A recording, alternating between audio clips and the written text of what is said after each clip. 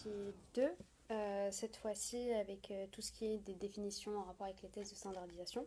Donc juste avant, on avait fini sur un peu les différentes étapes, donc le choix théorique du concept, la collecte des observations, la transformation des observations en données, et enfin l'application d'un modèle de mesure. Donc toutes ces parties-là sont en lien avec comment on va construire un processus de mesure, comment on va prendre les données et comment on va les appliquer sur le terrain. Et bien sûr, l'élément le plus important, c'est qu'on fait appel à des théories spécifiques et que c'est pour ça que c'est important aussi de voir sur quoi on s'appuie. Et le test que l'on va utiliser doit être vérifié, faut qu'on vérifie sa validation pour savoir s'il fonctionne bien. C'est d'ailleurs pour ça que par exemple le test du QI, donc le test du quotient intellectuel pour mesurer l'intelligence est sans cesse revu et sans cesse mis à jour en fonction de l'époque, en fonction des individus, etc. Donc, concernant la définition des tests et de la standardisation, donc selon Binet, donc en fait il y a eu plusieurs définitions qui se sont un peu enchaînées au cours du temps. Donc selon la définition de Binet en 1895, donc les tests sont des expériences arrêtées d'avance qui permettent d'obtenir les résultats relatifs aux différences individuelles pour plusieurs processus psychiques. Donc en fait, les tests, ça va être un moyen d'obtenir des informations par rapport à un individu pour essayer de déterminer plusieurs processus psychiques. Ensuite, il y a eu la définition de Rochlin en 1991. Alors quelqu'un me demande dans les commentaires si c'est Binet et Simon. Enfin oui, enfin c'est Binet de Binet et Simon, vu qu'ils font partie de ceux qui avaient mis en place les tests, enfin les premiers tests sur l'intelligence, etc. Et qui ont été d'ailleurs pour certains contestés. Donc Rochelin en 1991 avait dit que c'était une épreuve qui permet de décrire le comportement d'un sujet dans une situation définie avec précision. Donc la situation définie, c'est-à-dire en fonction d'une consigne du test, par référence au comportement d'un groupe défini de sujets placés dans la même situation. Donc on va demander à des gens de répondre à des questions précises et on se réfère à un groupe que l'on définit. Donc c'est pour ça aussi que parfois un test n'est pas à 100% fiable et qu'il y a toujours une marge d'erreur. Enfin, il y a la définition de Hutto en 1995 qui dit que les tests sont des instruments d'observation qui possèdent les propriétés de standardisation de la situation, de la consigne et de l'évaluation de la conduite. Donc en fait, là, on entre dans la définition dans la définition d'un test, il y a le nouveau critère de standardisation. C'est-à-dire, le matériel doit être standardisé. Qu'est-ce que ça veut dire? Ça veut dire que c'est toujours le même contenu du test que l'on va administrer au sujet. Donc comme dans la précédente vidéo, on avait expliqué que un test, par exemple, ou ce que l'on va, par exemple, pour mesurer quelque chose, ça va être un échantillon parmi plein d'échantillons possibles. Donc imaginons pour tester l'intelligence, on a 100 questions, on va en prendre que 10 pour tester pour telle personne. Pour une autre personne, on va prendre 10 autres. Du coup, il y a toujours la possibilité en fait de ne pas avoir les mêmes questions, mais d'avoir des questions qui mesurent toujours la même chose. Et donc, c'est derrière-là qu'il y a l'idée de standardisation, c'est-à-dire que c'est toujours le même contenu du test qu'on administre au sujet, donc c'est censé mesurer la même chose, et les consignes doivent être standardisées. On doit donner les mêmes consignes à tout le monde, celles qui sont dans le manuel de test. Donc, si par exemple on demande à quelqu'un d'additionner, on va demander à 20 personnes d'additionner, on ne va pas demander à l'un d'additionner et l'autre de soustraire. Et donc, en plus des tests, en plus des mêmes consignes à tout le monde, on doit aussi avoir les mêmes règles de cotation. Donc, si par exemple, quelqu'un doit répondre par oui ou non, il faut toujours que l'on dise si machin répond oui, donc on va attribuer le numéro 1. Si machin dit non, on va attribuer le numéro moins 1 ou 0. Donc, en fait, ça dépend aussi comment on va pouvoir calculer chaque élément du test que l'on va administrer. Et donc en fait, puisque tout le monde a passé exactement le même test dans les mêmes conditions, on peut comparer les résultats de sujets différents. Donc c'est pour ça qu'on peut mesurer l'intelligence de chacun, même si on n'utilise pas tout le temps les mêmes questions. Et donc la standardisation doit veiller à éliminer toute source de variation des scores des sujets qui seraient non pertinentes. Donc par exemple, si c'est un test standard et que les réponses sont définies d'avance, il ne va pas y avoir par exemple le biais du chercheur, par exemple, comme un prof qui va donner une note. Donc si on prend par exemple une matière comme la philo, ça peut être assez compliqué de standardiser les choses, vu qu'il y a toujours une partie de l'erreur qui est attribuée à qui corrige. Et du coup, c'est ce qu'on essaie de supprimer en standardisant les résultats. Donc ça veut dire si en standardisant le test. Donc si par exemple la réponse c'est soit A soit B, bah, du coup on sait si les gens vont répondre A ou B, et il n'y a pas de, c'est soit une bonne réponse, soit une mauvaise réponse. Donc il n'y a pas vraiment de spéculation autour de la réponse. Donc l'objectif de la standardisation, c'est qu'elle vise à obtenir une note pour chaque sujet qui ne reflète que les différences entre les sujets. Donc en fait, on essaie de se rapprocher au maximum de ce qui correspond en fait à la réalité du niveau réel du sujet, ou si par exemple dans un test d'intelligence, ou ce qui correspond réellement à un sujet dans le cadre si c'est pas intelligence, par exemple l'estime de soi, etc. Donc après la standardisation, on passe au sujet de la sensibilité de la mesure. Donc on dit qu'un test est sensible s'il discrimine bien les sujets. Et par discrimination, on est en train de dire pouvoir différencier. Donc là, le terme de discrimination n'a pas une connotation péjorative ou négative. C'est la définition du terme discriminer, c'est pouvoir différencier les sujets. D'ailleurs, parenthèse à part, quand on dit que quelqu'un fait de la discrimination, c'est qu'il préfère un certain type de personne par rapport à un autre type. Donc par exemple, on peut discriminer les couleurs en disant je préfère la couleur bleue par rapport à d'autres couleurs. Bref, donc un test est sensible s'il discrimine bien les sujets et donc s'il permet d'établir de réelles différences entre les sujets. Donc par exemple, le test d'intelligence permet de dire telle personne a un QI de tel nombre, une autre personne a un QI de tel nombre. Donc l'objectif en fait c'est d'être précis et du coup d'où le lien avec la sensibilité de la mesure. Donc la mesure elle doit évaluer un construit et non si on est un homme ou une femme, si on est blanc ou noir, etc. C'est pour ça qu'il y a eu justement ce que je disais par rapport à tout à l'heure. Il y a certains tests qui étaient discriminants parce que leurs items, donc les questions que l'on posait aux gens, l'étaient. Donc, et en fait, on doit du coup bien distinguer la discrimination au sens légal et le caractère discriminant des tests. Donc la capacité à différencier les individus. Donc si par exemple dans un questionnaire on va demander aux gens est-ce que vous avez plus d'amis noirs ou plus d'amis blancs, on peut dire que c'est un test discriminant au sens légal, car c'est des items en fait qui sont en quelque sorte pas très corrects. Voilà. Pareil, quand on dit d'évaluer un construit, c'est par exemple l'intelligence c'est un construit, la motivation c'est un construit. Voilà. Et donc en fait, et c'est aussi pour ça auquel je faisais référence, c'est que quand par exemple on va évaluer quelque chose, donc par exemple le test de QI, on ne va pas poser les mêmes questions à quelqu'un, on ne va pas tester l'intelligence de quelqu'un qui a fait des études ou quelqu'un qui a 20 ou 30 ans que à quelqu'un qui a pas fait par exemple quelqu'un qui a fait des études de maths. Quelqu'un qui a fait des études de maths a forcément fait des tests de logique. Donc si on va lui poser des questions par rapport au QI, forcément il va réussir 100% les tests en lien avec la logique. Donc si tous les élèves qui étudient les maths ont un énorme score, c'est pas parce qu'ils sont intelligents, mais parce qu'ils ont été habitués à répondre à ce type de questions. Et donc c'est pour ça que par exemple pour des élèves comme ça, on va leur poser d'autres types de questions et peut-être pas, on va moins axer notre évaluation sur la partie logique, mais plus sur d'autres éléments du test du QI. Et pareil, quand on va tester, quand on va faire un test avec les enfants, c'est pas la même chose qu'avec des adultes. Du coup, il faut bien aussi qu'on l'adapte à la population à laquelle on administre le test. Et donc, voilà, donc par exemple, on va y revenir d'ailleurs par rapport à la sensibilité. Donc en fait, le modèle de référence, c'est ce que l'on appelle le modèle de Laplace-Gauss, qui est la distribution normale. Donc en fait, une distribution normale, c'est quoi? C'est quand c'est en forme de cloche. Donc quand on a des courbes qui sont en forme de cloche, on appelle ça une distribution normale. Donc ça, c'est un terme qui est utilisé en statistique. Et c'est quand, par exemple, les résultats sont donnés au hasard. Donc en général, au hasard, si on lance des choses au hasard, il va forcément y avoir des résultats qui vont être plus perçus que d'autres. Et donc c'est la répartition de la distribution normale. Et donc en fait, Galton se dit que cette courbe peut être utilisée pour mesurer les caractéristiques psychologiques, alors que ce n'était pas son utilité première.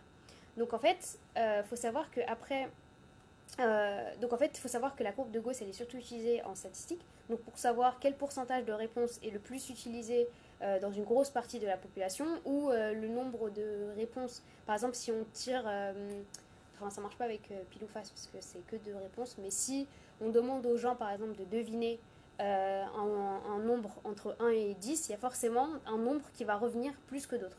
Et donc, celui qui va revenir, ça va être celui que l'on va mettre, qui va être le plus au milieu, parce qu'il y a plus de gens, il y a plein de gens qui ont, comment dire, qui ont répondu ce nombre. Et du coup, les réponses qui vont être réparties sur le bas de la cloche, ça va être celles qui sont qui ont le moins de probabilité d'arriver. Voilà.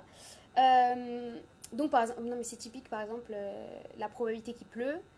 Si on a passé une semaine où il faisait chaud, la probabilité qu'il puisse pleuvoir, elle va être au milieu de la courbe, et la probabilité qu'il neige, bah, elle va être en bas, parce qu'il y a moins de probabilité. Voilà. Donc en fait, donc c'est Galton qui a proposé le fait d'utiliser pour mesurer des caractéristiques psychologiques, alors que ce n'était pas son utilité première. Et du coup, après l'avoir étudié et après avoir observé sa compatibilité, ce modèle est devenu une référence dans le monde de la psychologie. Donc, un modèle, c'est quelque chose que l'on propose pour expliquer un phénomène. Donc, il faut savoir qu'un modèle n'est pas forcément quelque chose qui marche à tous les coups.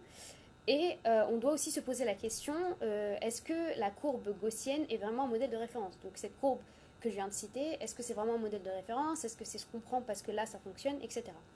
Et donc, en fait, comme je l'ai dit, la courbe de Gauss, donc celle que je viens d'expliquer, c'est une norme statistique, donc une norme mathématique. Ce qui ne veut pas dire que toutes les distributions doivent être impérativement gaussiennes. Donc, tous les résultats d'un test ne doivent pas suivre cette courbe-là. Et si une distribution n'est pas normale, donc en suivant la loi normale, on n'utilise juste pas les statistiques que l'on dit paramétriques. C'est-à-dire qu'il y a des statistiques non paramétriques et qui sont beaucoup plus compliquées. Et donc on préfère avoir une bonne distribution gaussienne. Donc en fait, l'utilité d'avoir une distribution telle une loi normale, c'est juste parce que c'est plus simple pour appliquer des statistiques qu'on dit paramétriques. Et en fait, si on n'a pas cette courbe-là, on va utiliser d'autres statistiques qui vont être beaucoup plus compliquées. Voilà. Et donc en fait, son intérêt en termes de sensibilité, donc ça veut dire que si des données psychométriques suivent cette distribution, on va trouver le maximum des sujets au niveau donc, de la moyenne, et plus on s'écarte de la moyenne, plus on va avoir de moins en moins de sujets qui vont répondre à ces possibilités. Et donc en fait, l'intérêt de la sensibilité, c'est de dire que le test est sensible pour les sujets extrêmes. Donc ça veut dire, plus un sujet fait partie des extrémités, plus on peut le différencier avec les autres sujets. Et donc, une distribution comme ça n'est pas idéale en termes de sensibilité, car on ne peut pas faire la différence entre deux sujets qui ont la moyenne. Donc par exemple, si deux sujets se retrouvent dans la moyenne, bah, en fait, ils ont à peu près les mêmes résultats, donc on ne peut pas vraiment les différencier. Et donc, ça dépend aussi du contexte, c'est-à-dire que quand on fait par exemple du recrutement, on va chercher les plus forts, donc la discrimination des individus qui ont un score élevé va nous intéresser. Donc on va chercher que les extrêmes d'un côté et on ne va pas chercher les extrêmes de l'autre. Et voilà, et donc l'idéal d'une distribution serait une distribution qu'on dirait rectangulaire, et du coup cela n'existe pas vraiment. Donc rectangulaire, c'est un peu, on a les plus bas ici, en haut on a une moyenne, et en bas on a les plus forts. Et donc l'idéal d'une distribution serait une distribution donc rectangulaire, mais cela n'existe pas, et du coup on veut éviter deux problèmes. Et donc en fait il y a deux problèmes, c'est que l'on peut retrouver dans un cadre statistique. Ça va être l'effet plancher. Donc l'effet plancher, ça veut dire que le test va être trop difficile, et du coup la majorité des sujets vont échouer. Donc ça veut dire que le test n'est pas sensible. Et en fait, un test qui serait trop difficile, ça veut dire qu'il y a plein de gens qui se rapprochent de zéro. Donc, je sais pas, la majorité des gens qui passent le test vont avoir zéro.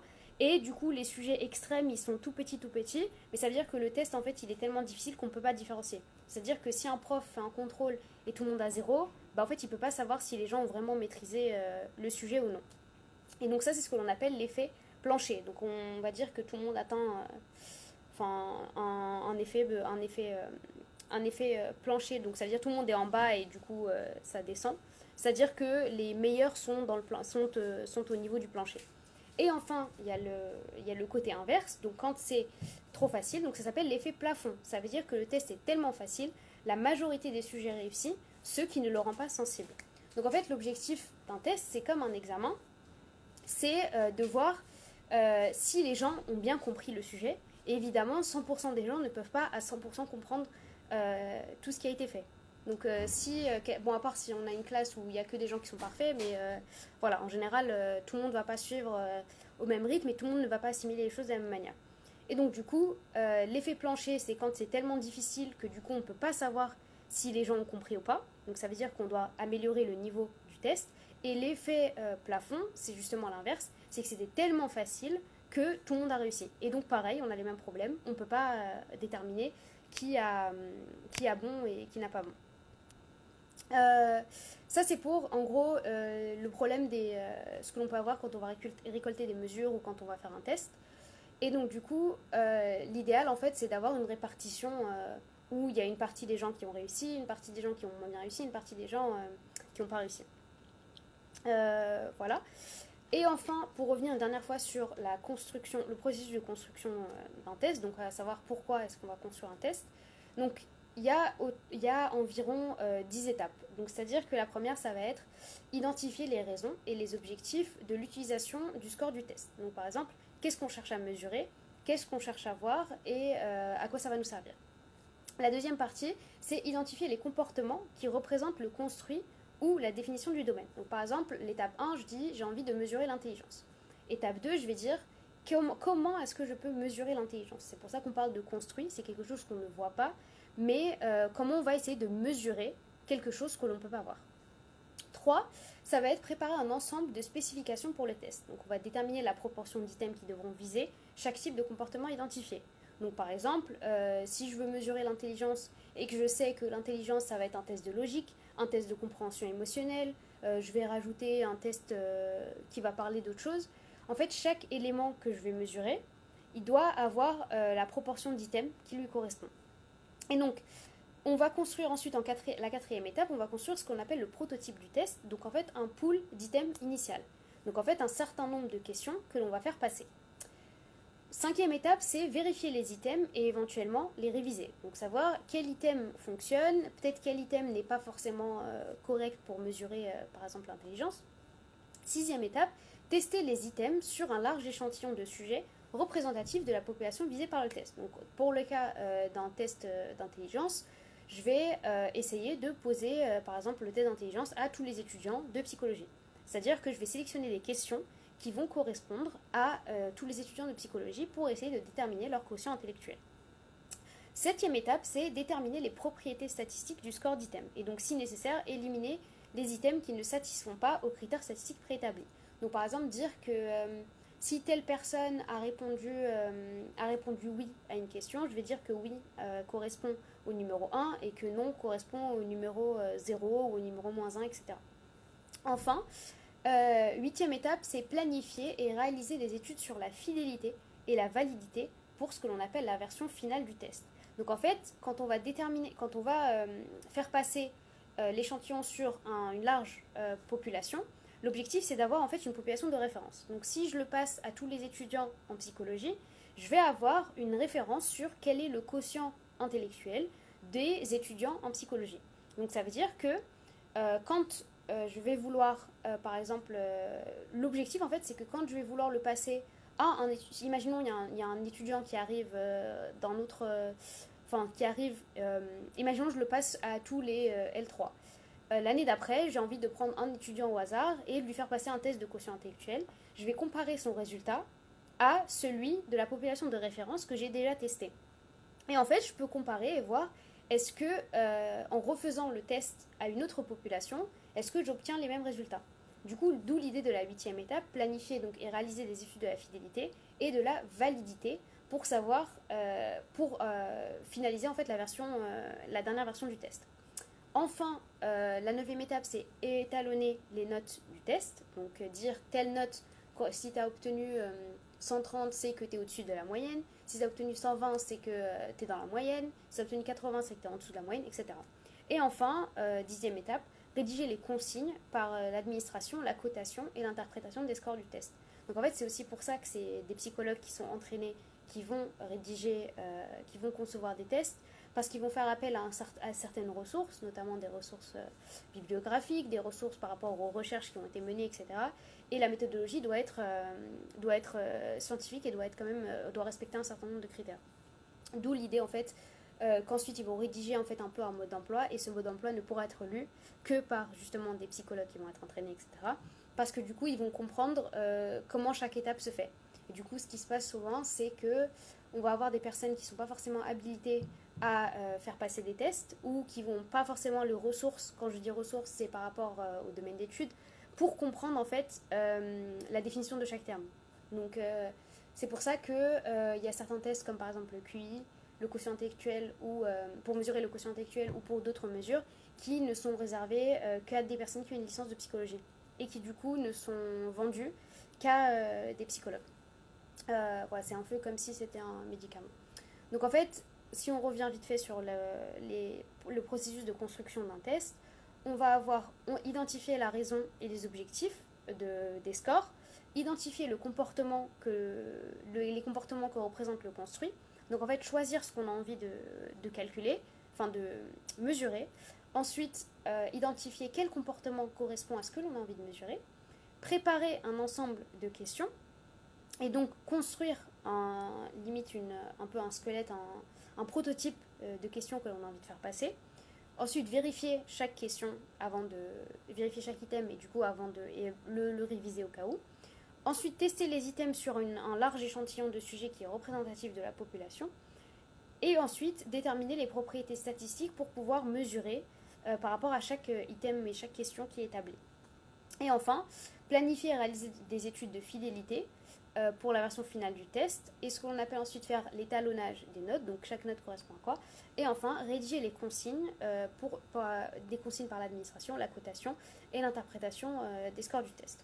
Et voilà du coup pour cette partie concernant un peu la définition des tests, la sensibilité de la mesure et les processus de construction de tests. Donc par la suite on va passer à ce qui concerne la fidélité de la mesure avec un peu tous les postulats qui rentrent en compte.